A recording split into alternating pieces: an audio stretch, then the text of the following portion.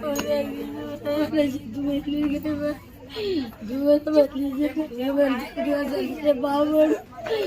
बच्ची मेरा उसके हाथ में मोबाइल नहीं है।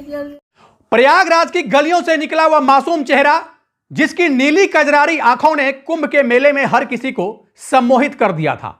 रुद्राक्ष और माला बेचती उस लड़की का सादगी भरा वीडियो जब सोशल मीडिया पर तूफान बनकर टूटा तो किसी ने सोचा नहीं था कि यह कहानी एक दिन केरल के किसी अनजान मंदिर में पुलिस के पहरे के बीच खत्म हो जाएगी।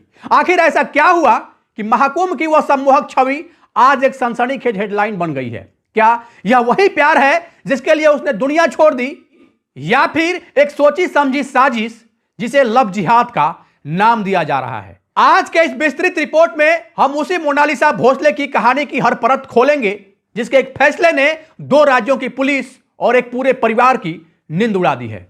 यह कहानी सिर्फ एक शादी की नहीं है, यह कहानी है उस वायरल प्रसिद्धि के पीछे अंधेरे के उस कथित प्यार की जो फेसबुक के जरिए परवान चढ़ा, और उस पिता की बेबसी जो अपनी बेटी को वापस पाने के लिए सूबे के मुख्यमंत्री तक से गुहार लगाता रहा, लेकिन आखिरकार उसे हाथ लगी तो सिर्फ निराशा और नाकामी हाथ लगी। आपको आज ले चलते हैं 11 मार्च के उस दिन जब केरल के तिरुवनंतपुरम के नैनार मंदिर के आसपास का माहौल अचानक तनावपूर्ण हो गया था। आमतौर पर शांत रहने वाले इस मंदिर के चारों तरफ पुलिस की गाड़ियां खड़ी थी और वर्दीधारी जवान तैनात थे।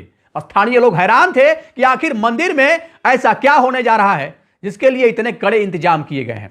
अंदर मंदिर की पवित्रता के बीच एक शादी की रस्म चल रही थी। हिंदू रीति रिवाज से हो रही इस शादी के मंडप में बैठी थी मोनालिसा भोसले, वही मोनालिसा जिसकी सादगी पर कभी इंटरनेट फिदा था, और उसके साथ खड़ा था फरमान खान, एक मुस्लिम एक्टर और मॉडल। यह कोई आम शादी नहीं थी, यह 2 धर्मों के बीच का बंधन था जो पुलिस के संरक्षण में मुकम्मल हो रहा था, क्योंकि बाहर मोनालिसा का परिवार और इस शादी के विरोधी मुस्तैद खड़े थे। यह वह मोड़ था जहां मोनालिसा की अब तक की जिंदगी पूरी तरह से बदल चुकी थी और एक नई कंट्रोवर्सी ने जन्म ले लिया था। लेकिन इस हाई वोल्टेज ड्रामे की शुरुआत इस मंदिर से नहीं हुई थी। इसकी जड़ें बहुत गहरी थी और वह जुड़ी थी मोनालिसा की उस वायरल हुई शोहरत से।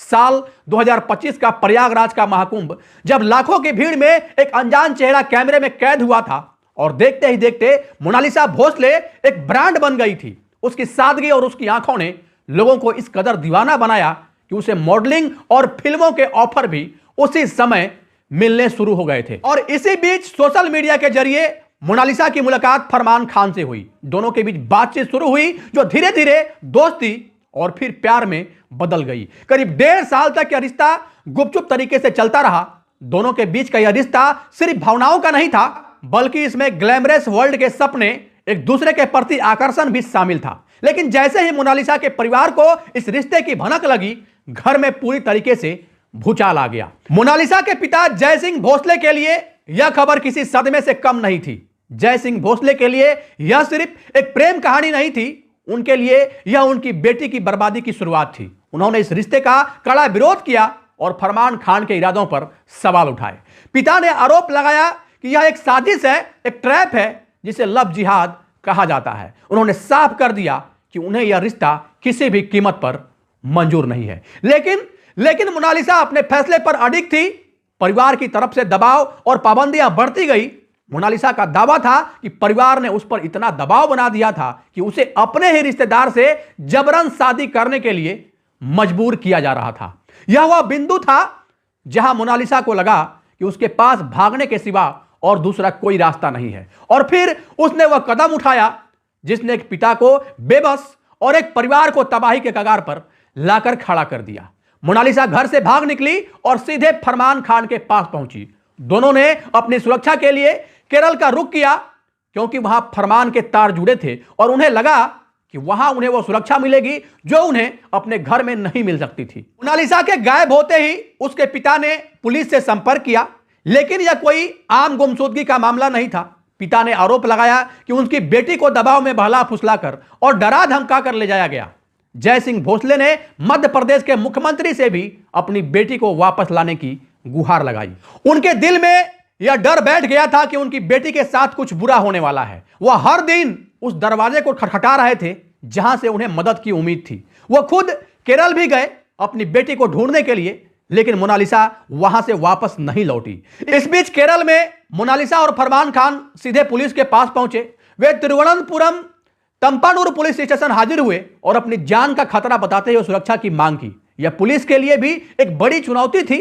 मामला दो अलग अलग धर्मों के बालिगों के बीच का था और उन्होंने अपनी सुरक्षा की गुहार लगाई थी। पुलिस ने अपनी तफ्तीश शुरू की। सबसे पहले मोनालिसा के कागजात की जांच की गई ताकि उसकी उम्र की पुष्टि हो सके। जांच में पाया गया कि मोनालिसा कानूनी तौर पर बालिग है और अपना फैसला खुद ले सकती है। पुलिस ने मोनालिसा का बयान भी दर्ज किया जिसमें उसने साफ कहा कि वह अपनी मर्जी से फरमान के साथ आई है, उस पर कोई दबाव नहीं है। पुलिस ने उसकी शारीरिक जांच भी कराई ताकि यह पता चल सके कि कहीं उसके साथ कोई जाति या मारपीट तो नहीं हुई, लेकिन ऐसी कोई भी बात पुलिस के तफ्तीश में सामने नहीं आई, क्योंकि कानून के मुताबिक एक बालिग नागरिक को अपना जीवन साथी चुनने का पूरा हक है। पुलिस की तरफ से कोई एफआईआर या मिसिंग केस दर्ज नहीं किया गया क्योंकि यह मामला आपसी सहमति का था। पुलिस की अनुमति मिलने के बाद ही मंदिर में वह शादी हुई जिसने पूरी सुर्खियां बटोरी। शादी के बाद मोनालिसा और फरमान खान ने एक प्रेस कॉन्फ्रेंस की जहां उन्होंने मीडिया के सवालों का सामना किया और अपनी बात दुनिया के सामने रखी। मोनालिसा ने प्रेस कॉन्फ्रेंस में आत्मविश्वास के साथ कहा है कि यह शादी कोई लव जिहाद नहीं है। उसने जोर देकर कहा कि यह शादी पूरी तरह से हिंदू रीति रिवाज के साथ संपन्न हुई। उसने यह भी कहा है कि वह सभी धर्मों को बराबर मानती है और फरमान ने उस पर कभी धर्म परिवर्तन का दबाव नहीं डाला। मोनालिसा ने मीडिया के सामने यह बात साफ कर दी कि उसने जो भी फैसला लिया वह अपनी मर्जी से लिया है, इसमें किसी की भी कोई जबरदस्ती नहीं है। वहीं दूसरी ओर फरमान खान ने भी अपने ऊपर लगे लव जिहाद के आरोपों को सिरे से नकार दिया। उसने अपनी और मोनालिसा की प्रेम कहानी को एक सच्ची और साफ कहानी बताया जिसमें धर्म की कोई दीवार नहीं थी। प्रेस कॉन्फ्रेंस में मोनालिसा के बयान ने उन सभी दावों को खारिज कर दिया जो उसके परिवार की तरफ से किए जा रहे थे। उसने अपने परिवार के मना करने के बाद भी फरमान का साथ चुना, लेकिन कहानी का यह दूसरा पहलू भी उतना ही दर्दनाक है। मोनालिसा के घर में इस समय मातम का माहौल है। उसकी मां और दादी के वीडियो सोशल मीडिया पर वायरल हो रहे हैं जिसमें वो फूट फूट कर रोती हुई नजर आ रही है।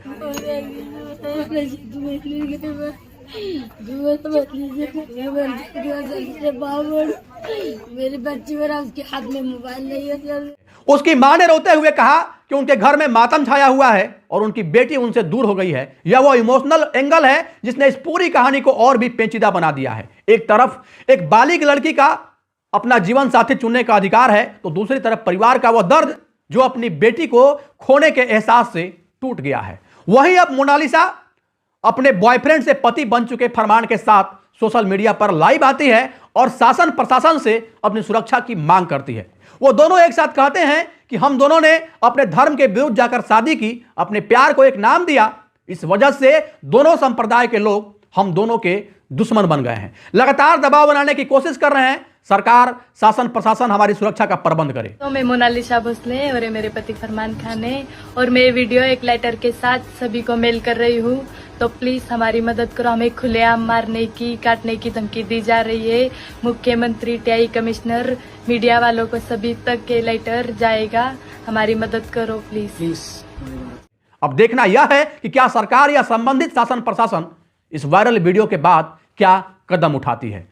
हालांकि इस पूरे मामले ने कई सवाल खड़ा कर दिए हैं। क्या वायरल प्रसिद्धि और ग्लैमरस वर्ड की चकाचौंध ने मोनालिसा को अपने परिवार से दूर कर दिया? क्या सोशल मीडिया पर मिलने वाले अनजान लोगों पर भरोसा करना इतना आसान होता है? क्या प्यार के नाम पर धर्म की दीवारें तोड़ना सही है या फिर परिवार की भावनाओं का भी कोई महत्व होता है? इन सवालों के जवाब इतने आसान नहीं हैं क्योंकि यह मामला सिर्फ कानून का नहीं है बल्कि जज्बात और सामाजिक मान्यताओं का भी है। पुलिस ने अपना काम कर दिया है और मोनालिसा और फरमान अब अपनी नई जिंदगी की शुरुआत कर चुके हैं, लेकिन इस कहानी का असर सालों तक महसूस किया जाएगा। यह कहानी एक चेतावनी भी है और एक सबक भी कि कैसे सोशल मीडिया की दुनिया और हकीकत के बीच का फर्क कभी कभी बहुत धुंधला हो जाता है। हम अपने इस विशेष रिपोर्ट के जरिए आपको इस केस की हर वह बारीक जानकारी देना चाहते थे जो अब तक सामने नहीं आई थी। हमने हर पहलू को टटोला है, हर गवाह के बयान को परखा है और पुलिस की तफ्तीश की हर कड़ी को अपने रिपोर्ट में भी जोड़ा है। हमारा मकसद किसी एक पक्ष का साथ देना नहीं है बल्कि सामने वो सच्चाई रखना है जो अक्सर सनसनीखेज खबरों के पीछे छिप जाती है। अब इस पूरी कहानी को देखने और समझने के बाद फैसला आपके हाथ में है। क्या आप मोनालिसा के फैसले को सही मानते हैं या फिर आपको उसके पिता के डर में कोई सच्चाई नजर आती है। क्या यह प्यार की जीत है या फिर एक सोची समझी साजिश का हिस्सा?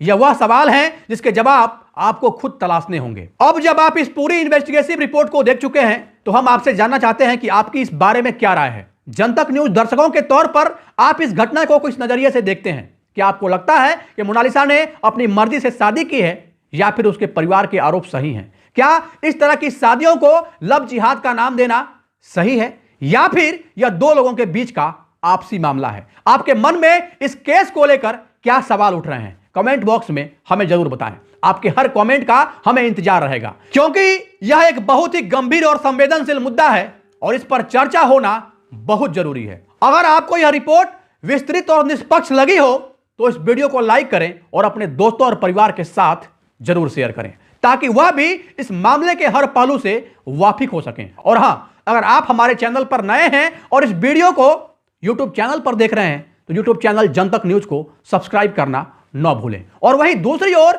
इस वीडियो को अगर Facebook पेज पर देख रहे हैं तो Facebook पेज जनतक न्यूज को फॉलो जरूर करें ताकि आप तक ऐसी ही गहरी और खोजी खबरें पहुंचती रहे। हम आगे भी इस केस से जुड़ी हर अपडेट आप तक लाते रहेंगे। तब तक के लिए जहां भी रहें सावधान रहें, सुरक्षित रहें, अपना ख्याल रखें। जय हिंद, जय भारत।